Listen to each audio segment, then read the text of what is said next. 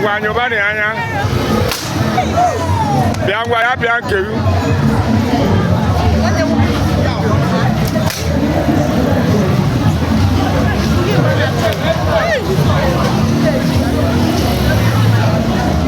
Ah, fiolo kain apa?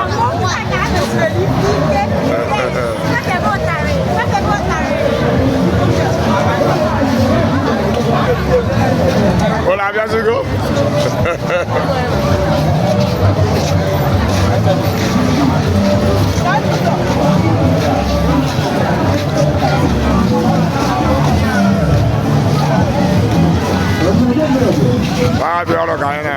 Yeah, about the second day. This is the second day of Fiolo. Those guys somehow happy on that.